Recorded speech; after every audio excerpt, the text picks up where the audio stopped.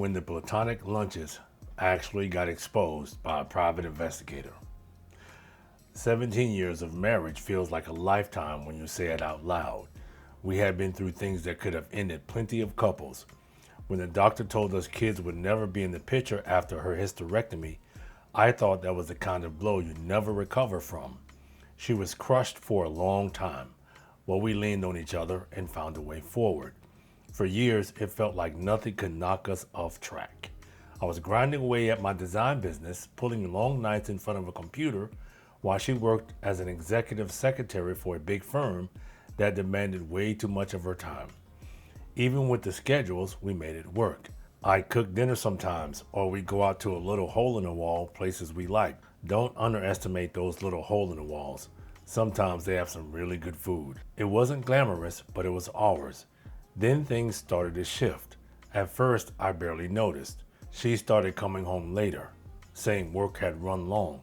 Though she didn't look tired, her phone was in her hand more often, screen lighting up like fire. I told myself not to read into it. Everyone gets busy. Not that damn busy. But one night I made her favorite dish, the way she always liked it. She walked in close to midnight, not a single text or call to say she'd be late. When I asked why she didn't answer me, she just brushed it off like I was overreacting. I didn't push it. I should have, but I didn't. Weeks later, a friend called me from a bar. He said he saw her there with a bunch of coworkers, but she wasn't really with them. She was glued to one guy. He snapped a picture and sent it over. There she was, leaning in so close it looked like their lips were about to touch. That image burned into me. I sat on it. Didn't mention it when she got home later that night. I wanted to see how deep this went before saying a word. From then on, her patterns got stranger. A couple of times, she never came home at all. To me, that's disrespectful for a man or woman. If you have a significant other at home and you don't come home at all, and you're in a relationship, that's plain disrespectful. The excuse was always the same. She was too drunk to drive and crashed at her friend's place. Now, I can get that. If you're too drunk, okay, I can understand that. But reach out to your partner. Let them know where you are. Communication, people, communication. Her friend confirmed it every time. I stayed quiet, but I started keeping track in my head. The final straw came on a night that was supposed to be ours. Date night. Instead of relaxing, I asked her flat out if she was seeing someone else. She laughed it off like I was crazy for even asking. No guilt in her voice, just dismissal. When someone looks you in the eye and tells you nothing is happening and you feel the opposite in your gut, you listen to your gut. 100% right. Even if it's a false alarm, you listen to your gut. So I said nothing more that night. I let her think the question had died right there. It hadn't. All it did was confirm what I already suspected. Those so-called platonic lunches and late nights were leading somewhere, and I was going to find out exactly where. After that night, I stopped treating this as a suspicion and started treating it as an investigation. I had no proof that would hold up anywhere. A photo from a friend at a bar meant nothing if she decided to spin a story. I needed something more concrete, but in the meantime, her behavior was writing its own record. One Friday evening, I set up a small dinner for us at home. She never showed up. That's crazy. No calls, no updates, just radio silence. I let the food go cold again, then drove past the places she usually mentioned. Her car was nowhere in sight. It was not until almost 2 in the morning that she walked through the door, acting like nothing had happened. When I asked where she had been, she tossed out the usual line. She stayed at her friend's house. Her friend had become the perfect shield, always ready with the same story. That was the point where I realized this was bigger than me asking questions. If I confronted her directly, she would deny, spin it, or gaslight me until I looked paranoid. I needed evidence she could not escape from. So I booked an appointment with a divorce attorney. I wanted to know exactly what I was facing. We went through income, assets, everything. When I explained why I was there, the attorney leaned back and asked if I had proof of infidelity. I pulled out the picture my friend had sent. He glanced at it and shook his head. He flat out said, "This is not enough and won't hold up." He explained the laws clearly. Without solid evidence, she could make a case for alimony. Yep, that she could. But if I could prove cheating, It would change everything. The attorney also gave me advice that stuck with me. If I ever planned to divorce her, once I had proof of an affair, I needed to cut all physical intimacy. Yeah, there's a reason why he said that. If I continued sleeping with her after knowing, the court could view it as forgiveness, which would weaken my position. Proof was the only way out. So I went home and started looking into options. I researched recorders, GPS trackers, and even small cameras. Every method I found had flaws. A recorder in her car would only capture background noise. Even if I had her on audio confessing something, it was still a gray area. Yeah, it wouldn't be concrete. A tracker might show her driving somewhere, but not what she was doing. Nothing gave me what I needed, undeniable proof of an affair. The more I searched, the clearer it became. There was only one path forward, a private investigator. I hated the idea. These people are expensive, but they were good at what they did. But the attorney's words kept playing in my head.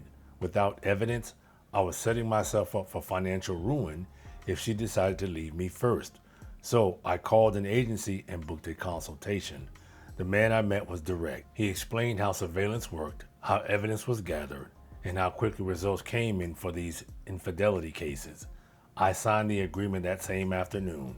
I was officially putting my marriage under a microscope, and deep down, I already knew what he would find. The investigator started the very next day. I tried to act normal around my wife, but inside, I was restless. Every time she picked up her phone, every time she left the house, I wondered if he was behind her, camera ready. I told myself to be patient. The truth would come, and I needed it delivered in black and white.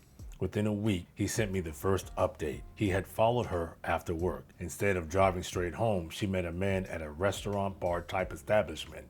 The report said they sat at a corner table, leaned in close, and stayed for over 2 hours.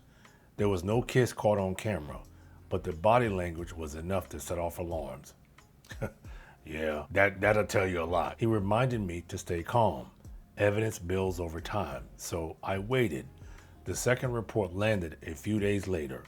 This time, she was not with just one man. She left work and met her friend, the one she always used as cover. The two of them went to a bar, and soon after, two men joined them. The investigator captured photos of my wife pressed against one of them at the table. Another shot showed his hand on her back as they walked out. They did not drive in the same car, but he followed her. She ended up at his house. She stayed for 3 hours before leaving. Well, if that's not an indication that she's cheating, I don't know what is. I stared at those pictures longer than I should have. That night, she came home acting like she had been out with her friend all evening. By the third week, the updates were impossible to ignore. He caught her at the same man's house twice more. Both times during hours she claimed she was working late. One report mentioned the man was married with kids. The weight of that hit me hard. She wasn't just lying to me, she was tearing into another family's life. But the investigator was not done. A different name showed up in the fourth report. Another man, younger. He lived with his father in a nearby city. My wife met him on a weekend afternoon, and the photos showed them entering the house together. She stayed until after dark. That confirmed everything. This was not a one-time mistake or some platonic friendship. This was a pattern, an affair with multiple partners hidden under the same excuses she had been feeding me for months. The investigator compiled everything into a full file, photos, logs, and timestamps.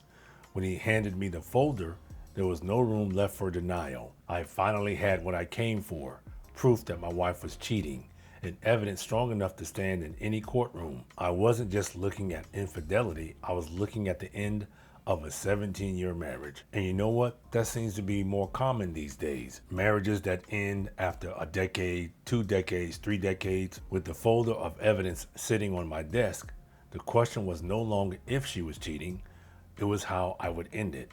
I did not sleep much that night. I flipped through the photos over and over, each one confirming what my gut had been screaming for months. By the next morning, I had made up my mind. There would be no arguments, no drawn-out fights, no begging her for the truth. She had already written her side of the story through her actions. Bingo! Don't pay attention to her words, pay attention to her actions. Remember that. I scheduled a follow-up with the attorney. The moment I laid the investigator's file on his desk, his tone changed. This was proof.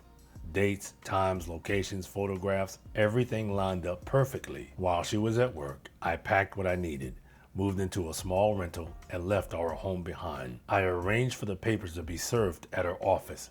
There was no reason to drag it out. The calls started almost instantly. First her cell, then messages, then emails. I ignored all of them. There was nothing left to say. Word spread quickly in our social circle. At first, I heard whispers that I was a problem, that I must have done something to push her away. That's bullshit. Immediately, everybody thinks it's the guy's fault. That changed once the truth came out. I showed a few trusted friends the investigator's file. The story shifted overnight. No one could argue with photos of her walking into another man's house while her husband sat at home. I also made sure the man with the wife and children was exposed. I sent his wife a copy of the evidence. She never responded, but I knew she had the truth in her hands. That burns me up. A man has to go through all these fucking hoops to prove he wasn't a problem. But nobody would believe him if he didn't have that evidence. Whatever she decided to do with it was her choice. When the court date arrived, everything moved quickly. She tried to fight for alimony, but the evidence shut it down before it ever gained traction. The only complication was the rental property we owned together. We were ordered to sell it and split the proceeds. Outside of that, there was nothing binding us anymore.